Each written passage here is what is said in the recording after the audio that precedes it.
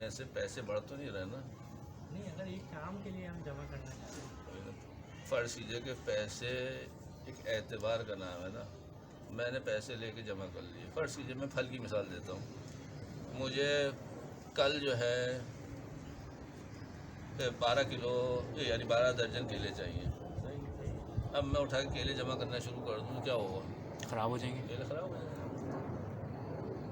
लेकिन अगर मैं इसी को इतने 12 दरख्त लगा लूँ कि मतलब इतने दिन के बाद वो दरख्त आ जाए, वो केले आ जाएंगे, तो हो जाएगा।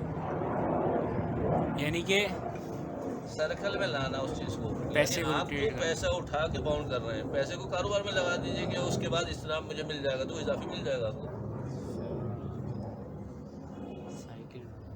अब पैसे को जो इन्वेस्ट करते हैं तो फिर वो कारोबार इन्वेस्ट कारोबार है ना। आप उसको दबा क्यों रहे हैं, सही है। दफन क्यों कर रहे हैं? कहीं पे भी आप इन्वेस्ट कर दें ताकि वो करिए, रूल होता इस्तेमाल है। में लेकर आइए। रोलिंग में क्यों नहीं ला रहे? रोलिंग में फिर दूसरों को भी रिस्क मिलना शुरू हो भाई जब जाएगा। पानी आ रहा है, आपने कहा पानी रोकूंगा मैं अपने लिए, आपने रोक दिया, खराब हो जाएगा।